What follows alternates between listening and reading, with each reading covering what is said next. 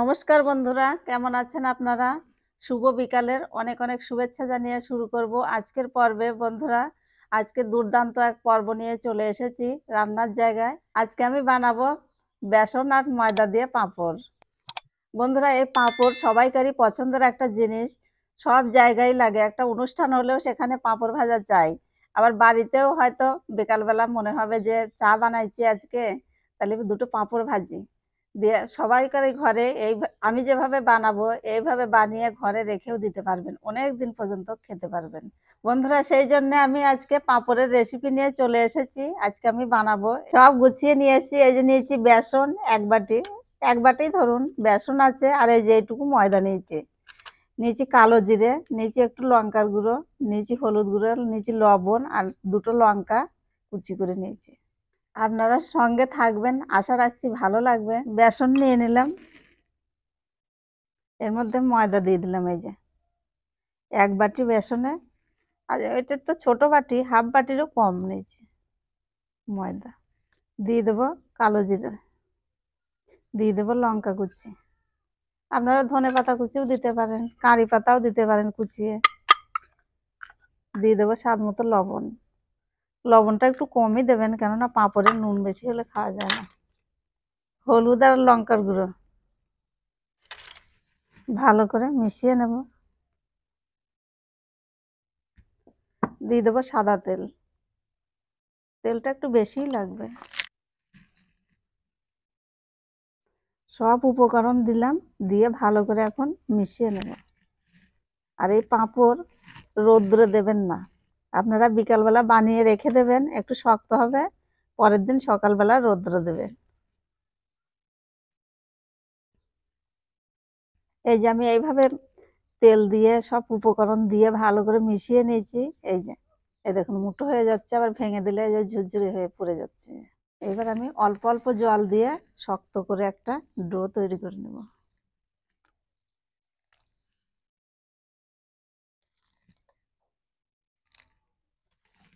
দিদি ভাই, এই যে দেখুন সুন্দর করে মেখে নিলাম। আর এই যে দেখুন এরকম হয়েছে। একটু শক্ত করেই মাখতে হবে, বেশি করে তেল দিয়ে দিয়ে এরকমভাবে মাখতে হবে, তাহলে তো হাতে লেগে যাবে, ছাড়বে না। এই যে দেখুন কত সুন্দর হয়ে গেল। এখন ভালো করে আর একটু ঠেসে নেব, নিয়ে 10 মিনিট ঢাকা দিয়ে রেখে দেবো। দিদি ভাই, 10 মিনিট হয়ে গেছে, ফিরে এলাম। দিয়ে এখন আমি পাঁপড়গুলো তৈরি করে নেব।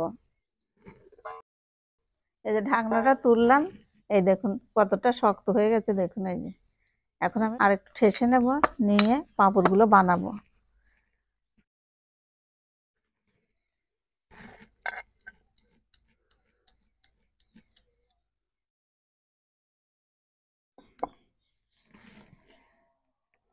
এবার আমি বানিয়ে নিচ্ছি এই যে পাঁপড়গুলো। একদম পাতলা পাতলা করে বানাতে হবে। একটু তেল দিয়ে দিই।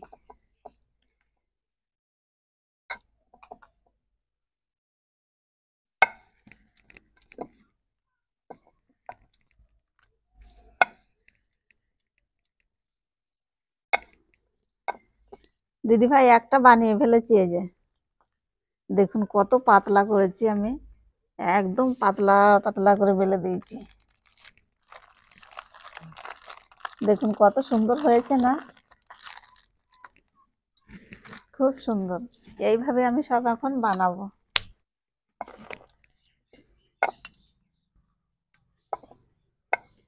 আপনাদের যদি গোল না হয়, আমারও সেরকম গোল হচ্ছে না, এই প্রথমবার বানাচ্ছি তো। গোল যদি না হয়, আপনারা কোনো কিছু দিয়ে কেটেও নিতে পারেন গোল করে, সমান করে। আর আমি খুব বড় করব না। এই যে দেখুন কতটা পাতলা।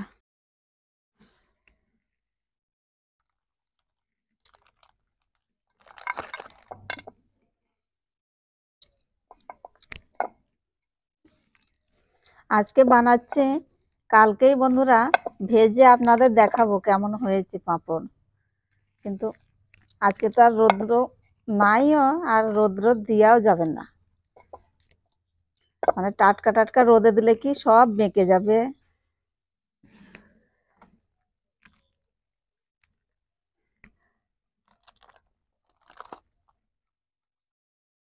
দিদি ভাই দেখুন কত ঝটফট বানিয়ে ফেললাম, কত সুন্দর পাঁপড়।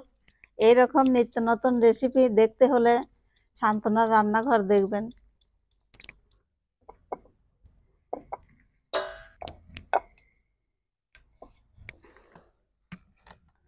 এরকম পাতলা পাতলা করে সব বেলে নেবেন, খুব সুন্দর লাগছে দেখুন। এই যে আপনারাও এইভাবে বানিয়ে খাবেন কিন্তু অবশ্যই। দিদি ভাই পাঁপড় তো বানাচ্ছে, আবার কিছুটা এই যে ঢাকনা দিয়ে কেটে নিচ্ছে, এই যে সুগোল করে একদম দোকানের মতো। এই যে দেখুন, আর এইভাবে আমি পাঁপড়গুলো সব আজকে বানিয়ে রেখে দেব, সারা রাত থাকবে, কালকে রোদে দিয়ে বিকালবেলা ভাজবো, ভেজে খাওয়া দাওয়া হবে। এই যে দেখুন কত সুন্দর হচ্ছে, একদম দোকানের মতো গোল করে কেটে নিলাম।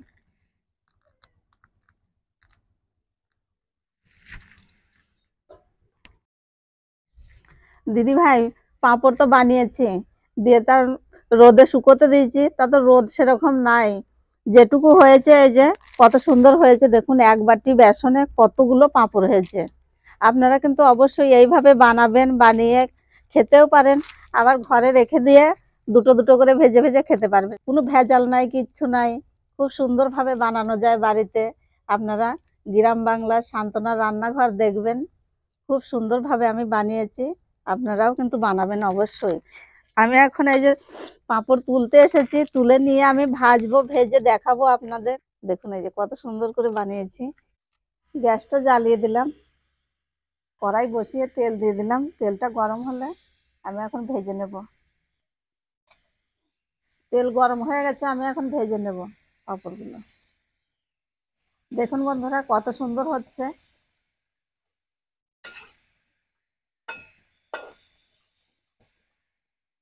হয়ে গেছে, তুলে নিলাম। এই যে একটা তুলে নিলাম, ভাজা হয়ে গেছে দেখুন। এই যে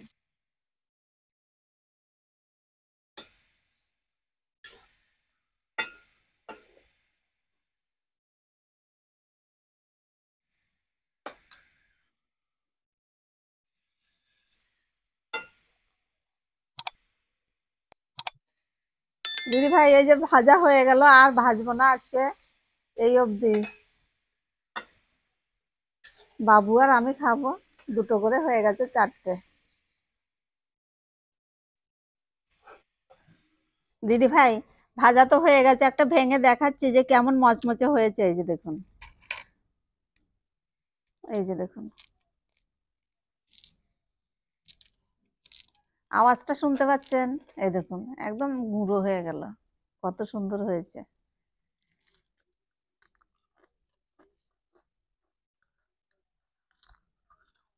একদম মচমচ করছে। দিদি ভাই পাঁপড় তো বানালাম, ভাজলাম, ভেজে খেলাম, আমার তো বেশ ভালো লেগেছে। আপনাদের কেমন লেগেছে কমেন্টে জানাবেন। যদি ভালো লাগে লাইক করবেন, শেয়ার করবেন, সাবস্ক্রাইব করে পাশে থাকবেন। ফিরে আসছি অন্য কোনো রেসিপি নিয়ে, ততক্ষণ ভালো থাকবেন আপনারা।